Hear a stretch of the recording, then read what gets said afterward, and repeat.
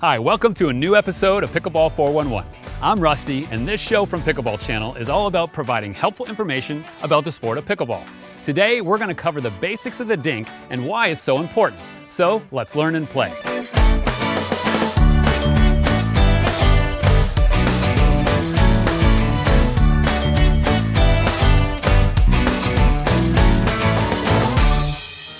Pickleball 411 is powered by Highlands Leg Cramps, proud supporter of pickleball players everywhere.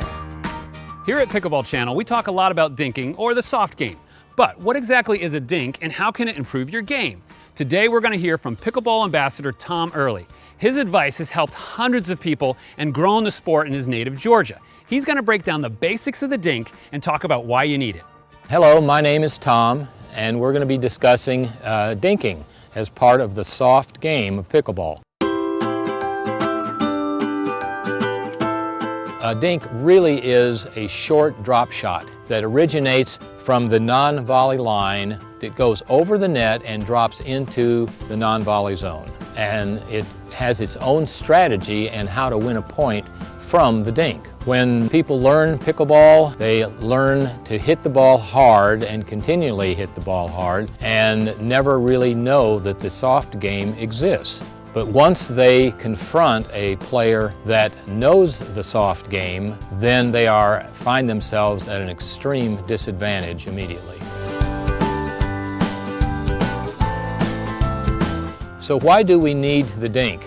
There are many reasons, but the most important is that it neutralizes an opponent that is used to playing a hard game. It helps the person that is dinking control the player that wants to hit hard. It neutralizes his shot, therefore he has to play the soft game with you. If a ball comes to your opponent and is actually in the non-volley zone, if that opponent hits it hard, it's going to either go into the net, or if it clears the net, it's probably going to go out of bounds. It's very difficult to hit a hard ball from a low position in the non-volley zone.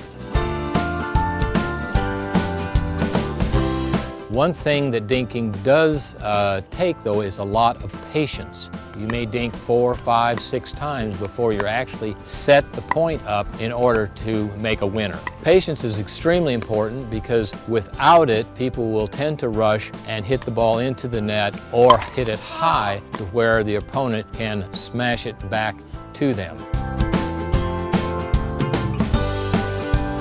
First of all, you want to bend at the knees, not at the waist. Bending at the knees allows you to point the leading edge of the paddle toward the net at about a 45-degree angle. You want your wrist to be stiff as your elbow, and you're going to be swinging from the shoulder. It's extremely important to watch the ball all the way till it hits the center of your paddle, and then you finish the stroke with a nice follow-through.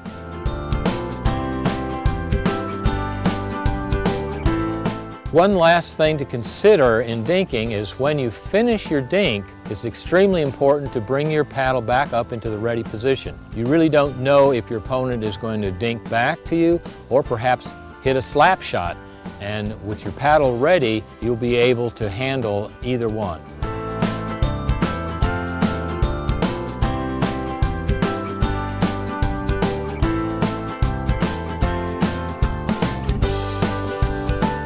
So, keep working on your dink.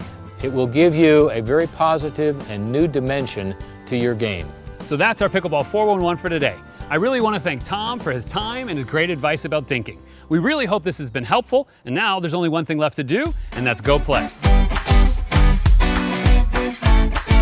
If there's something you think Pickleball 411 should cover, we'd love to hear from you.